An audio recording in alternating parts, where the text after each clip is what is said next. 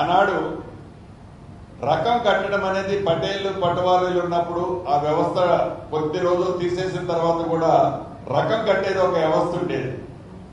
అదే రకంగా ఈ రకం కట్టడం వలన ఆనాటిలాగా ఎకరానికి 3 డిజిట్లో 100 రూపాయలు 200 రూపాయలు కాకుండా నామినల్ కాస్ట్ పెట్టి ఈ నామినల్ కాస్ట్ రకం రిసీవ్డ్ కనుక ఇచ్చినట్లయితే ఆ భూమికి సంబంధించింది ఒక భద్రత ఆ భూమిలో ఉన్న వాళ్ళకి ఒకటి కలుగుతుంది. దానివల్ల ఈ భూమి 1/17 ఎస్పెషల్లీ 1/17 లేని ప్రాంతాల్లో ప్రాబ్లంలు కొన్ని సాల్వ్ అవుతాయి.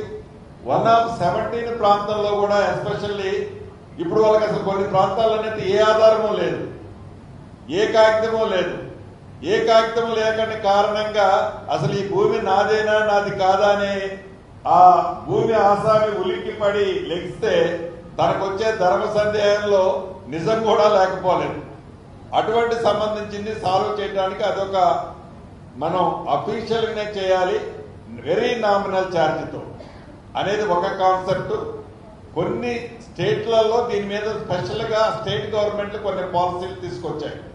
దానికి సంబంధించింది ఇప్పుడు ఇది 2 వెళ్ళి దాన్ని బయటికి రిలీజ్ చేయడం అనేది, దాన్ని ఒక కంక్లూజన్ వచ్చిన తర్వాత ఈ కమిటీ క్షుణ్ణంగా పరిశీలించిన తర్వాత దానికి సంబంధించింది కూడా విచ్ ఈజ్ బెటర్ అసెంబ్లీలో అవసరమైతే దీని మీద చర్చ పెట్టి దాన్ని అడాప్ట్ చేయాలన్నది కూడా వ్యక్తిగతంగా ప్రభుత్వ పక్షాన్ని కూడా నేను చెప్పదలుచుకున్నాను.